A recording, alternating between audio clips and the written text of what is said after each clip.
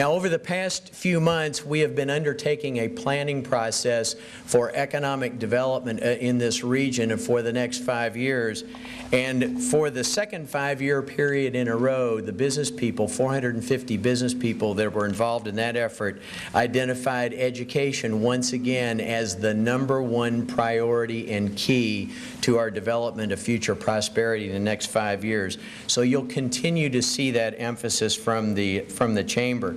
We also would like to underline the fact that as we look at our workforce needs in this economy, which are key to creating prosperity across the entire community, we are seeing worker shortages by the year 2020. I know it seems odd to talk about in the context of this recessionary economy, but by 2014 we should be back to full employment, and after that we will have fewer workers available than there will be jobs available.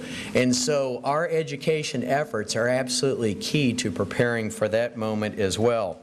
So we appreciate the fact this involvement of all of these committee members. We hope that by this report we're providing a basis of information for future discussion of education improvement, and you're going to hear that report in just a second. We'd like to recognize our sponsors, without whom we couldn't do these things. First, we want to recognize our pivotal partners, Blue Cross and Blue Shield of Tennessee, Cassidy Turley Commercial Real Estate Services, and Community Health Systems.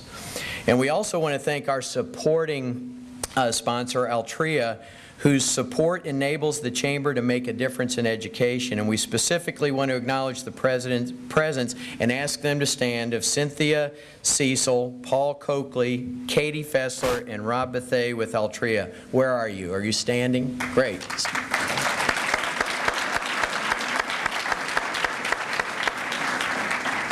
And the last thing, which you always hear at these Chamber events, there is an evaluation on your seat. You may not depart without filling it out. We have rigged all of your vehicles so that they won't start unless you have the special key. So give us that feedback so we can improve these things. Now, to get us started on the actual meat of the event, it's my pleasure to introduce to you the Vice Chair of the Metro Board of Education, Mark North. Welcome, Mark.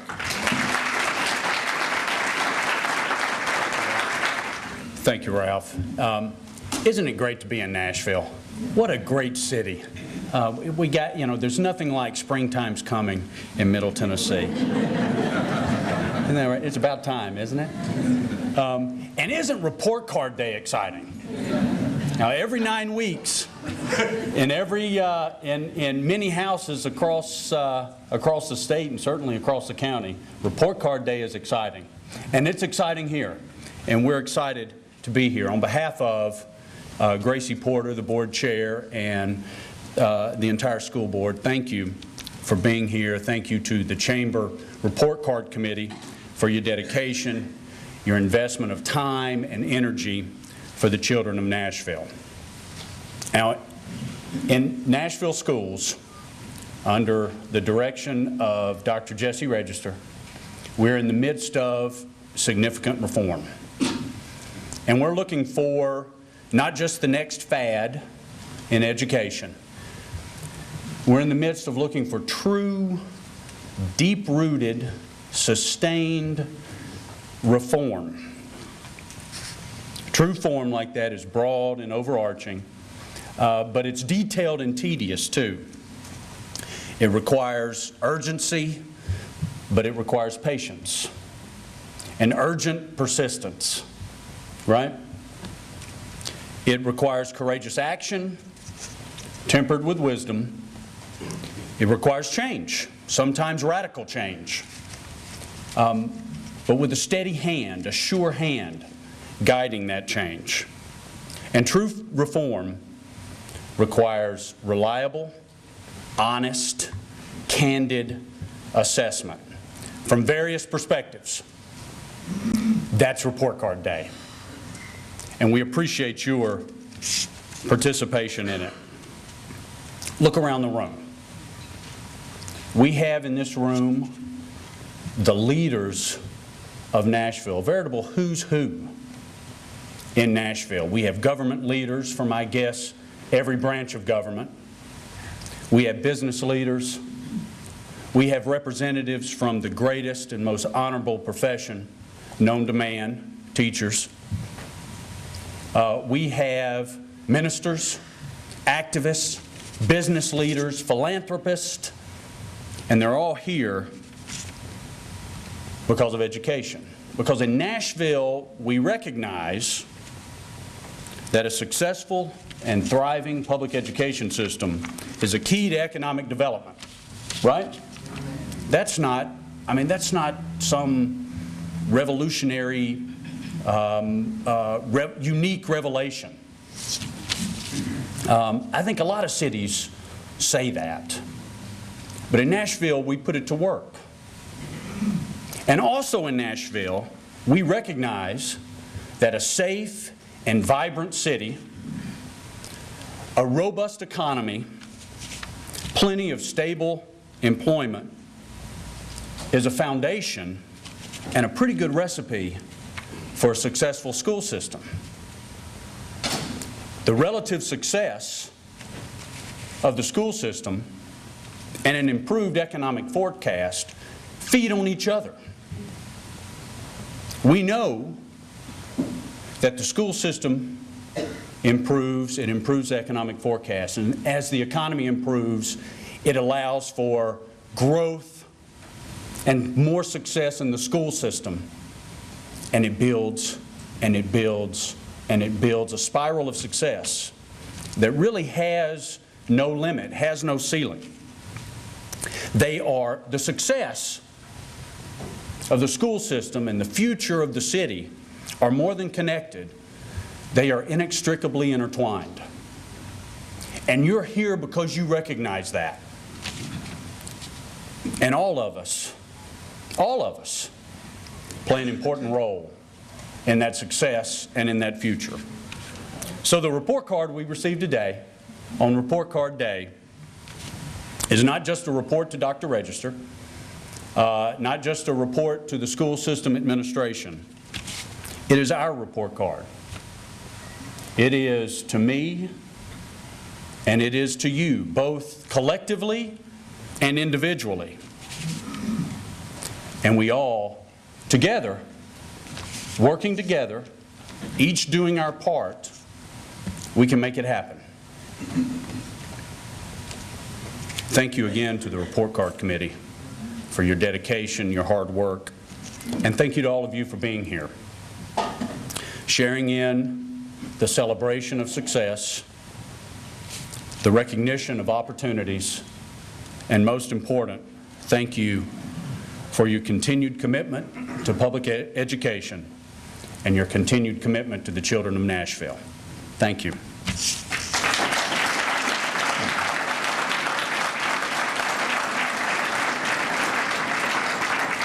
In Nashville, we are fortunate to have a chief executive, the mayor, who is committed to public education, who to whom public education is more than a campaign slogan.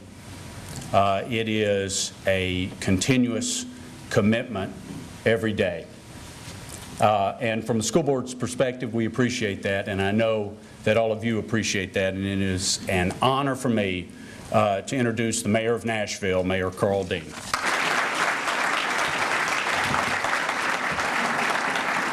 Thank you. Thank you. To the members of the Education Report Card Committee, I want to thank you for your work, and I want to thank Keith Belton and Cabot Pyle for their leadership as co-chairs. I also want to recognize the work of Mark Hill and the staff at the Chamber for putting this together.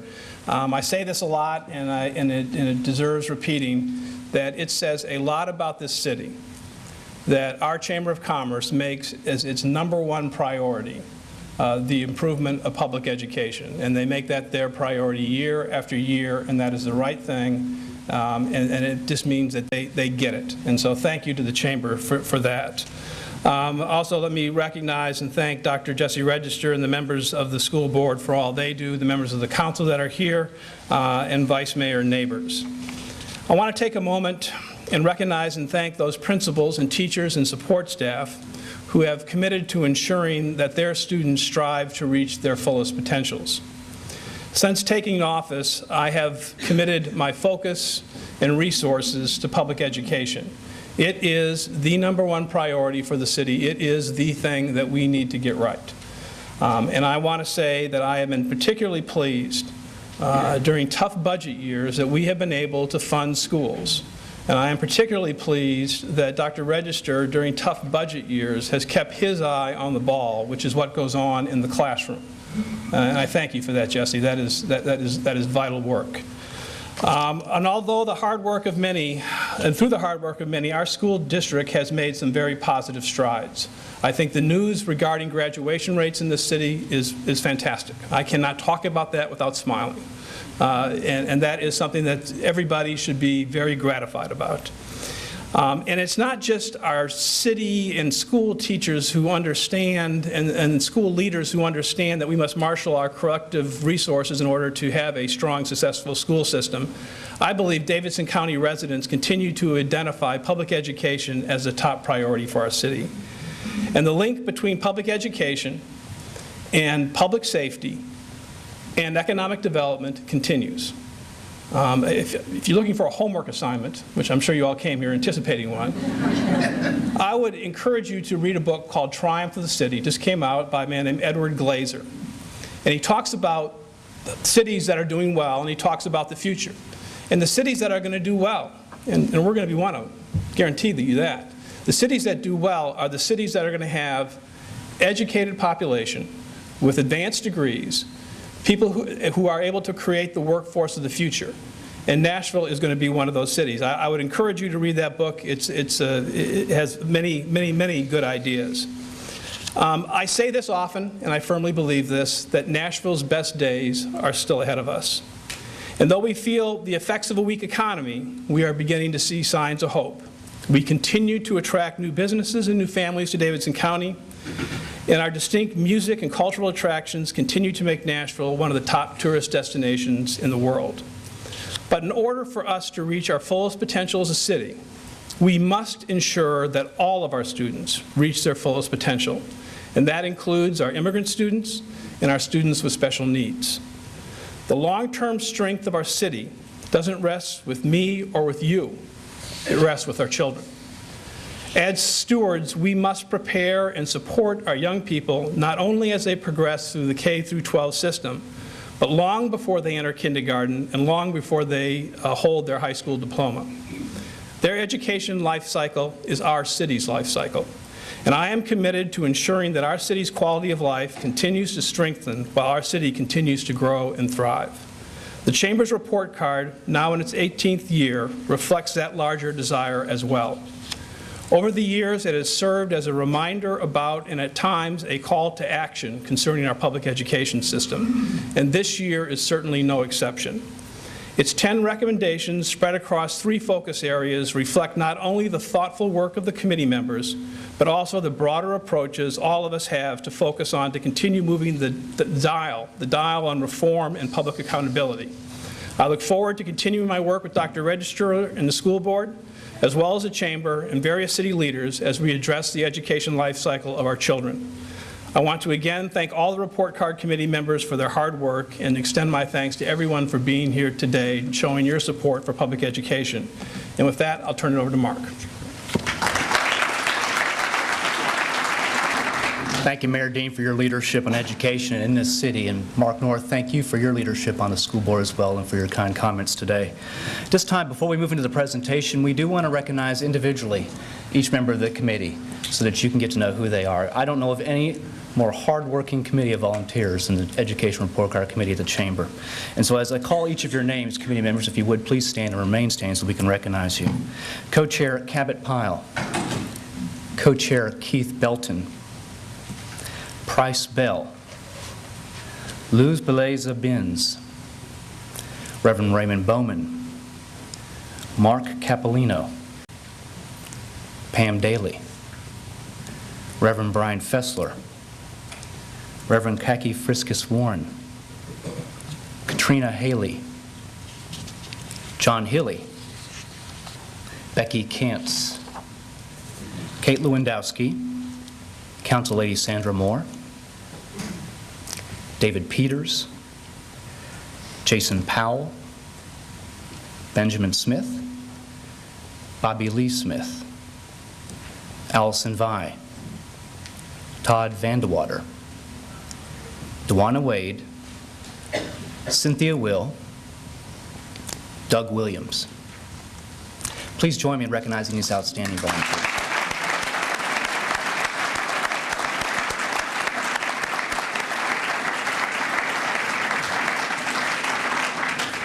This time, I'd like to turn the program over to the two co-chairs of this year's Report Card Committee, Keith Belton and Cabot Pyle, to present this year's report. The report card is an assessment of the most recently completed school year, the 2009-2010 school year. And as part of the research that goes into developing the report card, for the past 3 years, the Chamber has commissioned a public opinion poll on education. Now, over the course of the next several slides, we'll learn how Nashvillians feel about metro schools at the end of the last school year. This is not how the Chamber's Board of Governors feels. This is a study that's statistically relevant that shows how Nashvillians feel. First, for nearly two-thirds of Nashvillians felt our city was headed in the right direction. That's a tribute, a very clear and relevant tribute to Mayor Dean and our city's leadership. For the third year in a row, education is the most important issue for Nashvillians, even at a time when the economy is a rising concern. 85% of Nashvillians believe improving public education is personally important to them. Now, that is not a margin of error kind of result. 85%. The public has rated the performance of elementary schools the highest, then middle schools, then the overall district, and then high schools. These ratings on a scale of 1 to 5 have remained consistent over the past 3 years, with the notable exception of the high school rating showing a clear pattern of improvement with each succeeding year. And we're not necessarily into relative performance, but to take a three-dimensional view of what the district is accomplishing, I think it's significant to recognize the traction that our high schools are making. Asked whether K-12 education in Nashville was better than 1 year ago, 52% it was about the same, 20% said it was better, and 16% said it was worse. Funding. You knew we'd get around to that, right? Funding was listed as the #1 challenge facing metro schools, and 79% of Nashvillians feel metro schools should be provided more funding, underscore more funding, in order to meet the challenges schools face. Now, how do you measure that? Okay, if you go to lunch tonight or you go to dinner tonight in a restaurant, just take a moment, look around the room, find a collection of 10 people. 8 of those people think that metro schools should be provided more funding in order to meet the challenges they face. Next, differentiated compensation for teachers or pay for performance, said a different way, is a hot policy issue.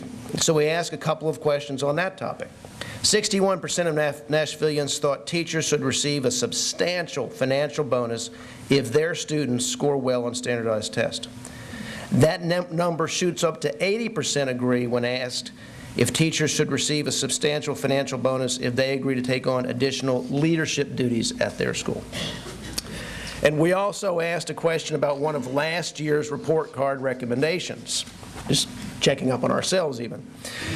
Should metro schools have parents sign an agreement that outlines expectations for how a parent or caregiver should be involved in their child's education? 87% agree with that approach, nearly 9 out of 10. In the appendix of this year's report, Metro Schools reports on the status of this and all of last year's report card recommendations, and we encourage you to review that. Each year, the Chamber Report Card provides an assessment of the school system performance during the most recently completed school year. First and foremost, it's important to understand that the 2009-2010 school year now sets a new baseline for improvement. brand new bar. This was to be a pivotal year for Metro schools under No Child Left Behind.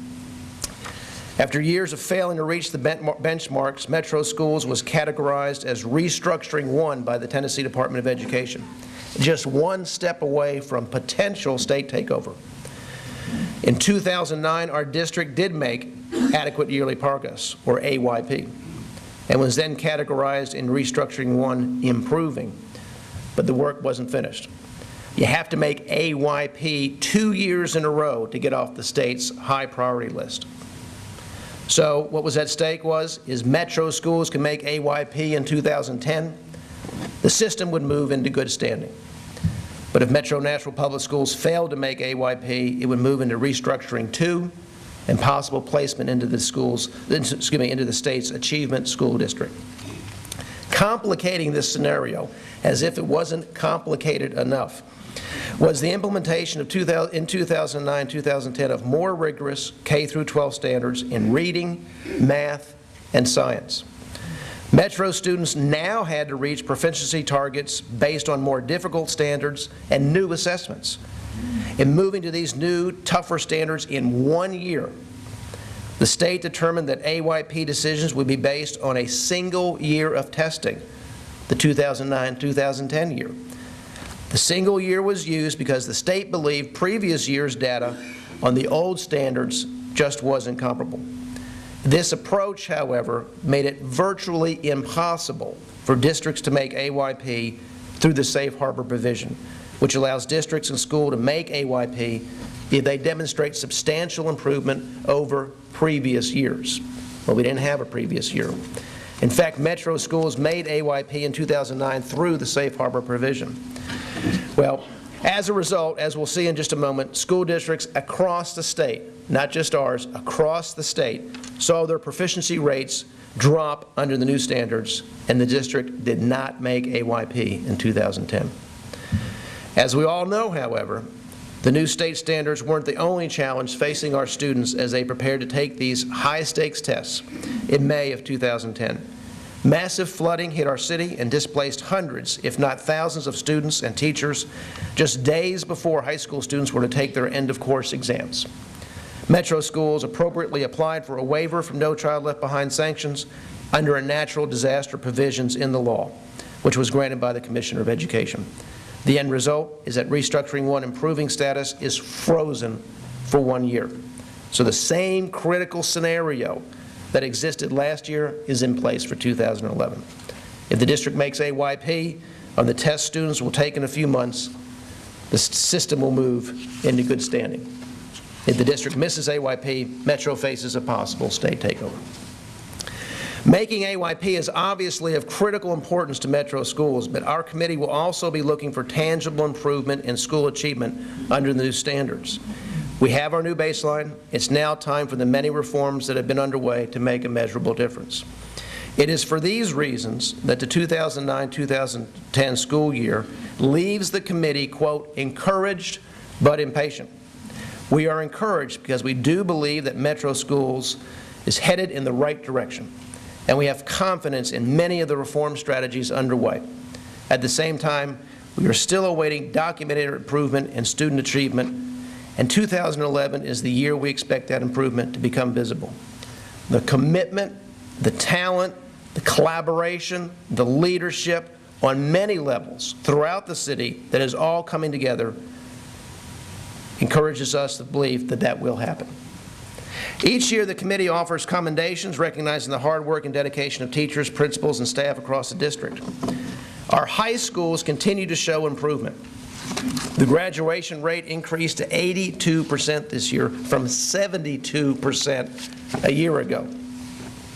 82% graduation rate. This increase was due to both the success of high school reforms and a correction in how the state computes the graduation rate. For example, in the past, a student who dropped out, re-enrolled, then dropped out again was counted multiple times against the graduation rate. This year, that dropout was only counted once. In further evidence of improvement at the high school level, the district saw a 10 percentage point improvement in its 11th grade writing scores. We also commend Mayor Dean, the Metro Council, and the school board for staying the course on education funding during a difficult budget process. The mayor has been consistent and unwavering in making education the city's #1 priority. And while we recognize, echoing a comment the mayor made earlier, that everyone faces tough budget choices, we commend the district for making its instruction and school achievement the top budget priority. As we saw from the polling data, the Nashville public continues to see education as the community's top priority. And in our interviews, the committee has seen a perceptible shift in the culture at Metro schools. While we recognize that, everything is not perfect, we are seeing an excitement about education reform and a belief that things are heading in the right direction from principals, teachers, and the community. People are inspired and motivated by the opportunity to make Nashville the highest performing urban school district in the country. Just as we offer commendations each year, we also take note of the challenges facing our school system. The ACT may be the most important assessment our students will take in their K-12 experience. This test is used in college admissions decisions, and a 21 composite score makes a student eligible for the lottery-funded Hope Scholarship. In addition, ACT has conducted extensive research into how their scores predict later success in college, which in this day and age is synonymous with success in career. 2009-2010 is also a new baseline year for performance on the ACT. Changes there as well. For the first time, all eligible students across the state took the test, with an additional 750 students taking the ACT in Metro. So while it may not be fair to compare this year's ACT results to previous years, there is no escaping the fact that Metro's ACT scores are essentially unacceptably low. Instead of looking simply at ACT composite score averages, we examined the percentage of Metro students who scored a 21 or greater on the ACT in 2010, and only 27% of the class of 2010 attained that standard. And when you look at the results of individual schools, the picture's even more alarming. 3 of the high schools have less than 10% of their students meeting the 21 ACT benchmark. How do we improve a situation which is mission critical? The new standards will help, since they are closely aligned to what is tested on the ACT. In addition, all 8th grade students take the Explore test, and all 10th grade students take the Plan test, which are tests on the same scale as the ACT. So there is time for the district to identify and intervene with students who are falling short. As we'll see in just a moment, Metro students have a long way to go to be proficient under the new, more rigorous standards. And we mentioned earlier that the state corrected a flaw in the graduation rate, but there are plans to change the calculation again this year in a way that will likely cause Metro's graduation rates to drop. In short, for several years, ELL and special education students were given a 5th year to graduate with a regular diploma and still graduate, quote, on time. Now they will only be given 4 years. We are concerned that this significant a change in the calculation will make it impossible to compare our progress from previous years. And we also consider a special needs student graduating in 5 years to be a success story and not a dropout. As we'll see in our recommendations, we hope the state will maintain a consistent calculation with previous years. We applaud the implementation of over 100 recommendations to improve Metro Schools' business practices this past year. However, we recognize this is not a one-year project, and we hope that Metro Schools will ensure that these recommendations continue to be implemented with fidelity. And the district is still a high-risk sub-grantee when it comes to federal funds, and will need to pass 2 more years of inspections in order to come out from under that label. It's now my pleasure to introduce my co-chair, Keith Belton, for a summary of the recommendations. Now we'll take a look at the charts containing the academic results as reported from the Tennessee Department of Education. These results were delayed in the past year and were released 90 days ago instead of last fall. You can see from Metro schools received D's from the state in all subjects in grades 3 through 8. It is not possible to compare 2009-2010 to previous years, but we include the 2009 proficiency results to include the impact of the new standards. You can see that 86% of our middle school and elementary school students were considered proficient in math in 2009, But with more rigorous standards, that figure dropped to just 27% in 2010. These are letter grades assigned to Metro schools on the basis of value-added analysis in grades 3 through 8, which measures the growth of student performance over multiple years. As you can see, D's in reading, math, and science, and a C in social studies. On this chart, you can also see the different subgroups that must make AYP each year in order for the overall district to make adequate yearly progress. A red X indicates a subgroup did not make AYP in that area.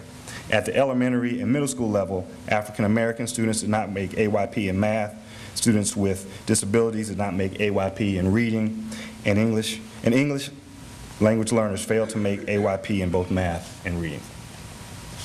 At the high school level, there are 3 X's on the chart. Students with disabilities did not make AYP in reading, and English language learners did not make AYP in math and reading. Here's a chart that illustrates many of our high school challenges many of our high school students face with ATC performance, as Cabot highlighted earlier. This is a percentage of students who score 21 or greater on the composite score on ATC by school. You would expect academic magnets to have high percentages meeting this benchmark, since they are academic entrance requirements for students to get in. The concern for the committee is how low the percentages are for many of our other schools. For 6 of our zoned high schools, less than 1 out of every 10 graduates meets this minimum definition of college and career readiness. This is the report card's 3 areas of study. In the addition of school performance, which we look at each year, the committee chose 2 other areas: school system leadership development and pre-K and kindergarten readiness. We provide an analysis of these 3 areas in our report. These are areas that produce our 10 recommendations for this year. Number 1, in the area of school system performance, we first recommend that Metro schools conduct an external business process audit of a sample of individual schools to identify inefficiencies at the school level infrastructure and staff deployment. School principals are now asked to be first and foremost instructional leaders, but principals report being bogged down with administrative details that might otherwise be delegated to someone else. If the expectations of our principals has changed, we have the feeling the operations of our schools must be changed as well. We recommend an outside perspective into how our schools are staffed and structured so that the district can make changes and that will free principals to be the instructional leaders that we expect them to be. 2, we also recommend that the state of Tennessee preserve a consistent comparison of high school graduation rates across the years by continuing to report by the NGA, the National Governors Association, calculation of 4 years in summer school for most students and 5 years for English language learners and students with disabilities. Whether this takes a special appeal to our federally elected officials or whether it's simply a matter of the state reporting more than one graduation rate comparison, it is important that they consistently track our progress each year instead of consistently and constantly changing the rules of the game. 3, in the area of school system performance, school system leadership development, we recommend that many leadership development programs and initiatives within Metro schools be integrated into the cohesive system, creating a true pipeline of leadership in the classroom to the director's office. We believe Metro Schools is doing an excellent job expanding leadership training and opportunities. Pulling it together into a system will make it easier to communicate these opportunities to teachers, staff, and the public at large. 4, teacher leadership roles, such as team leader, department chair, mentor teacher, should be encouraged and rewarded as part of the differentiated compensation system. If we want teachers to step up and be part of the school leadership team, and we do, we need to be prepared to pay them for that role. 5, each principal evaluation should include a section on how they are developing leadership capacity within their building, including periodic reassignments of the duties among assistant principals so that the future school leaders have experience with all aspects of running a school. This comes from a belief that every leader should have the responsibility for developing the next generation of leaders. To be a great principal is not enough just to be a great school leader. We also believe you must groom the next generation of leaders to someday take your place. 6, support the efforts of the Metropolitan Nashville Education Association, MNEA, to play a leadership role in education reform, such as human capital reform or the creation of teacher-led schools. As we are seeing in legislative sessions in Tennessee and across the country, we're in the middle of an era of educational reform in which everything is on the table. And we must acknowledge that because of our old approach to education, the old ways of doing things haven't necessarily worked. We've seen a new willingness on the part of the teachers union, the MNEA, to be a reform partner, and we challenge them to take an even bolder step to help improve public education in the months and years ahead. 7, each school should develop a plan for student leadership beyond the traditional student government structure that engages a significant portion of the student body. Too often we concentrate solely on the actions of adults in education and forget the power of the students in taking the ownership of their own education. In the areas of pre-education and kindergarten readiness, number 8, the Governor and the Tennessee General Assembly should protect existing pre-K funding as a critical building block to be effective for children's education. Number 9, but as we protect existing pre-K programs, it is important that we work to define what we mean by kindergarten readiness. We recommend that the state of Tennessee create a measurable definition of kindergarten readiness. 10, and finally, we have a number of pre-K programs in our city, but not a unified vision on how they fit together to prepare all of our children for kindergarten. The Mayor's Advisory Council on Early Childhood Development and Early Education should create a citywide plan with a unified vision for Nashville's pre-K programs that is driven by current research, best practices, and program evaluation. This concludes our overview of this year's report. At this time, Cabinet and I would like to invite the Director of Schools, Dr. Jesse Register, to provide his feedback and share thoughts about our report.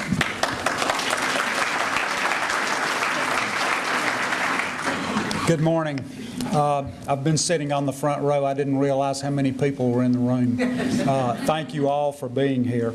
I want to first thank the Nashville Area Chamber of Commerce and the community volunteers who served on the report card committee for so much time and energy that went into producing such a thoughtful report again this year on Metropolitan Nashville Public Schools.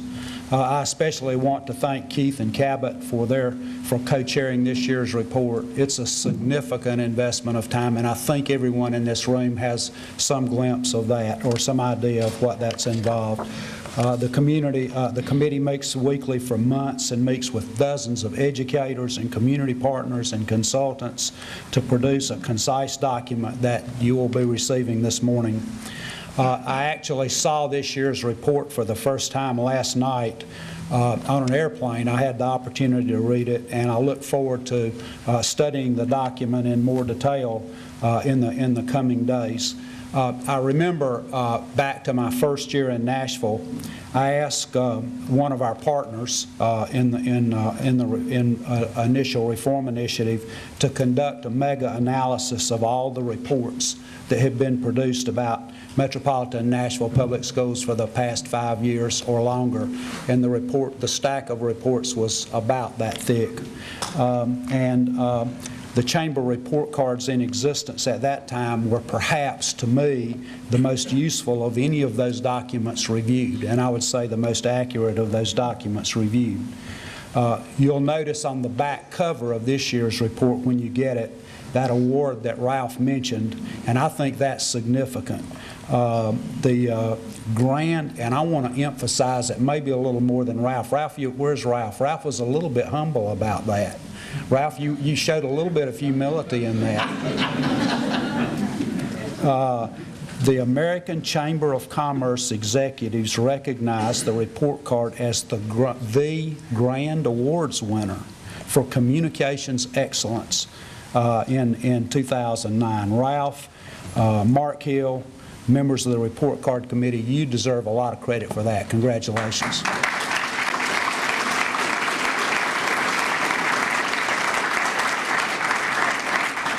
I am very pleased and encouraged that this report and the findings and recommendations made are so aligned with the vision, the reform efforts, and the direction that I think that we're taking in this district.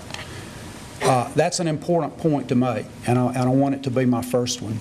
This is indicative of a common vision that is developing in this community for creating the best possible public education system that we can imagine for our youth and for our community. That common vision is absolutely necessary if we are going to be successful. The report says that the committee is not only encouraged, but also impatient for measurable success. And I had to follow those D's on the screen. So am I. So is our Board of Education. So is Mayor Dean.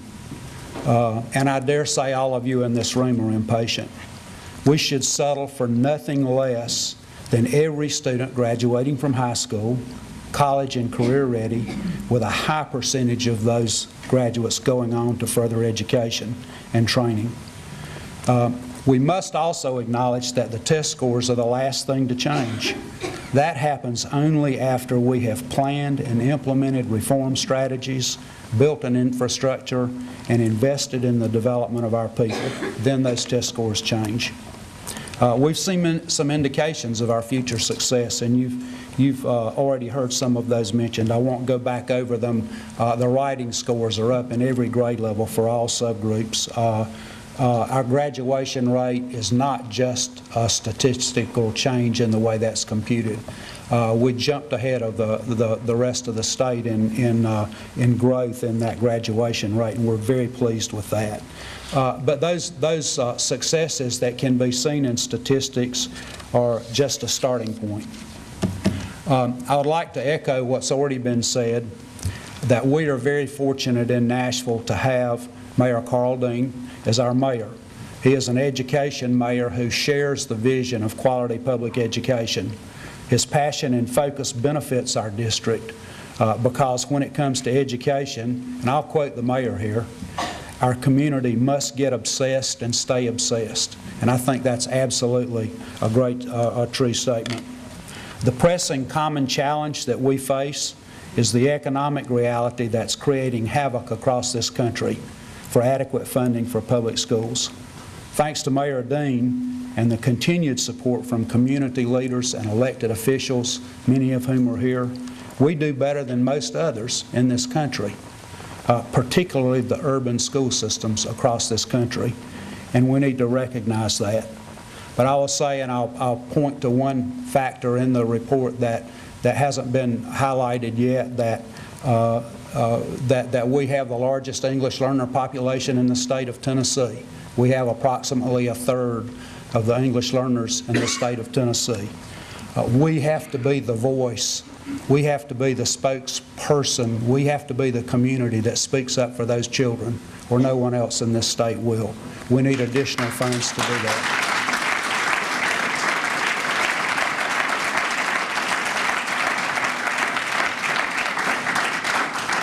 Our voice needs to be heard in the legislature on that. Nicole Shaput-Gizani's here. Nicole, stand up. She's our English Learner Coordinator, Executive Director.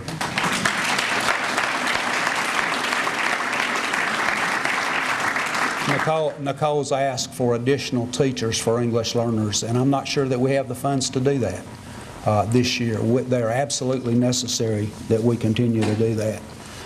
We represent the urban,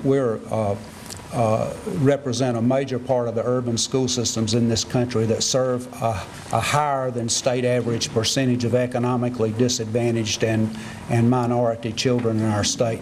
We have to be the voice for the economically disadvantaged children we serve and for the minorities that we serve in this state, or no one else will do that, so I encourage you to do that with me. Despite those challenges and despite the changes in state report card, we continue to press forward with our plan to transform public education in Nashville. For example, last year, as a part of our MNPS Achieves, our district-wide transformation process, we had a group of community volunteers and school district employees working to improve our human capital effectiveness. including how we attract, how we develop, how we retain the very best teachers for our children. We've joined forces with Mayor Dean and with other key partners in our community to transform the way that we support human capital development in our district. One example is current. It's happening right now. We've just begun recruiting the first class of our Teacher Leadership Institute. The Institute will provide 25 to 30 tenure-year teachers, the very best of the tenure-year group, with excellent career and leadership development experience.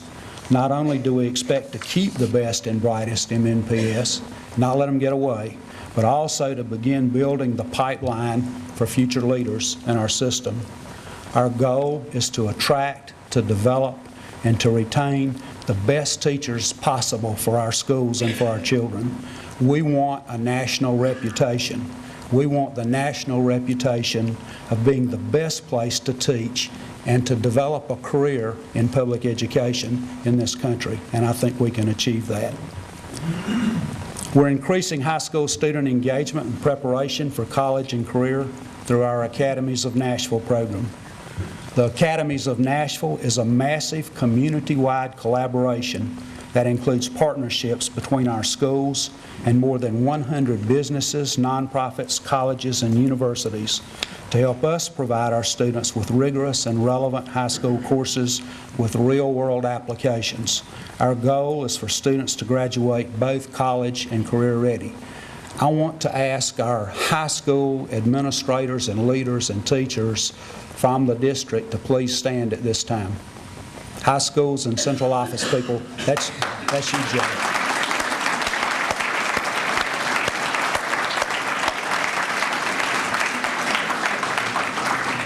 I see Stephen Henry here. I don't know if Eric's here or not.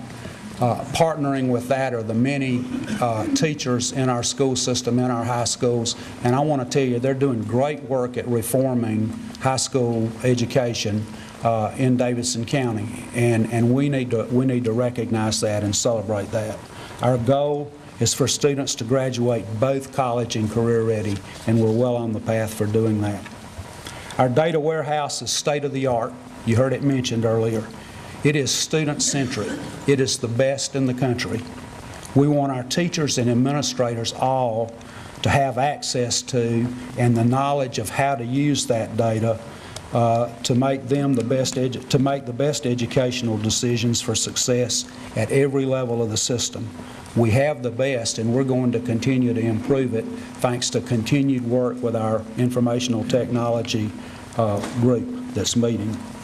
We're developing 6 new magnet school programs that we're getting ready to market now, and pardon me, but I'm going to give just a little bit of a commercial for this because we're getting ready to market these beginning March 1st. It's a golden opportunity for interested families in our community. Next year we expect these schools to be filled by lottery. We will have first a K-12 STEM magnet program, kindergarten through 12th grade, science, technology, engineering, and mathematics. We began at Stratford High School, and you need to go to Stratford High School and see the transformation that's happening there. It's outstanding. This year, and we're expanding the program to Hattie Cotton Elementary School and to Bailey Middle School next year, and also Lytton Middle School next year is for a K-12 feeder pattern for science, technology, engineering, and mathematics. We're developing the curriculum with some of the nation's leading science educators. Students will apply their skills in multidisciplinary projects that bring the curriculum to life. We're also developing new museum magnet programs at Robert Churchwell, which is a newly renovated pre-kindergarten 5 elementary school, and John Early, which is a 6th through 8th grade middle school. We're working with the area's leading museums, including this one and the Frist and all the other museums in town, to begin developing a curriculum that has object-based lessons that might include language, history, art, and science as students learn other disciplines in their studies. Here's the best-kept secret in Nashville. John Early Middle School students who meet academic qualifications are automatically accepted to Hume-Fogg Academic Magnet High School upon completion of a program at John Early. all students will be particularly well prepared for any of Nashville's theme-based small learning communities at the high school they choose to attend. Pearl Cone is an entertainment magnet high school. Students will have hands-on instruction in the industry's technical, production, management, and presentation disciplines. Studios, production facilities, and student radio station are already on site, and the program is supported and enhanced by industry partnerships. A rigorous college preparatory curriculum is embedded in the instruction. I want to acknowledge the report's recommendation to continue improving the district's business practices. In 2009, we hired CSS International to review our business practices, and we have implemented more than 100 recommended changes in our central administrative services. The report notes that to be successful, we must ensure the changes stick. I agree. Institutionalization of these changes is our business now. They have been implemented. Presently, we're in the midst of transforming our human capital division. You've heard that mentioned before. That will bring significant change to that major component of our operations. That planning process will be completed and implementation will begin this spring. In fact, creating sustainable change is a challenge that affects all 9 areas of our MNPS Achieves District Transformation Plan.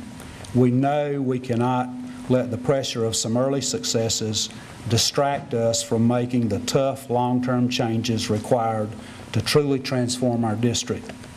We're continuing to monitor our business practices even as we expand our work in the human capital area. Since last year's report, Tennessee has been awarded $500 million in Race to the Top funds to transform schools. Metro Nashville schools will receive about $30 million over 4 years for district initiatives that focus on the 4 pillars of the Race to the Top grant. The great majority of these funds are being used to invest in people. Let me give you some examples.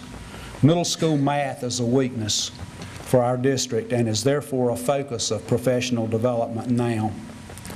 Some teachers certified in Tennessee only have to take 1 or 2 math courses at the middle school level to be highly qualified, according to federal guidelines. That's not enough. Our teachers told us when the standards changed that they needed more professional development. So we are providing all middle school math teachers, all teachers who teach middle school math, about 300 people, professional development now on a voluntary basis on Saturdays, virtual, with a stipend to participate in professional learning communities before or after school and on Saturdays to develop very quickly. A master's degree in teaching and learning in urban settings is something that we're very proud of. We have our first cohort. Offered through Metro Schools partnership with Peabody College at Vanderbilt.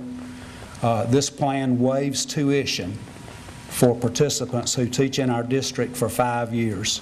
Participants teach math, science, or literacy in our high-priority middle schools while earning a master's degree and receiving professional support from the Peabody faculty. This program is recruiting as a recruiting tool. It is recruiting top teacher candidates from all over the southeastern United States. The quality of applicants coming into that program is outstanding. The Teacher Leadership Institute mentioned earlier is also funded through Race to the Top grant. We're making a big investment in professional development that will continue to benefit our district long after the grant funding has ended. Finally, I'm pleased that the Report Card Committee chose to focus on comprehensive leadership development as a part of the report this year.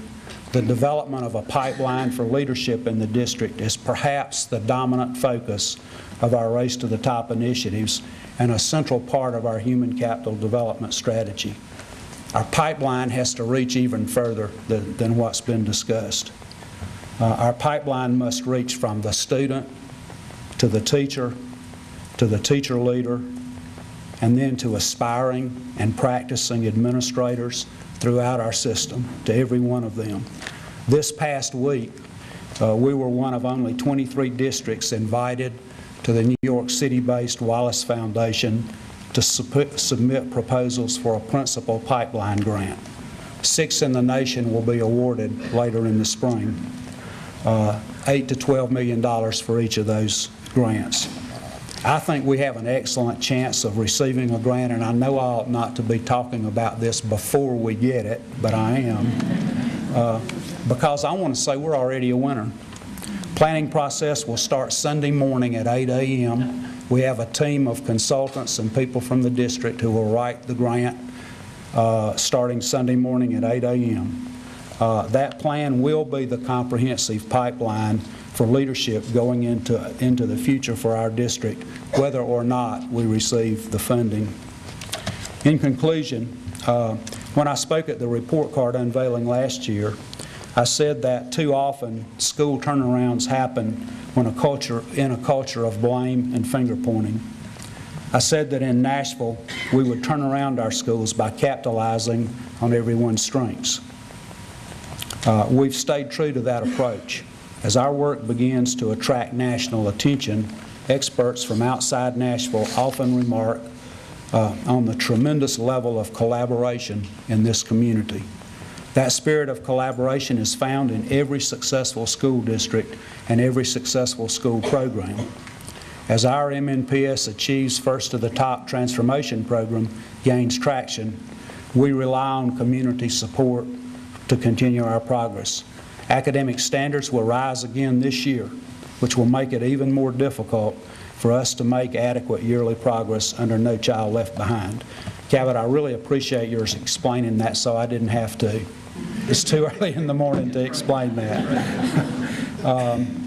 We face these challenges with our eyes wide open, not as a school district, but as a community.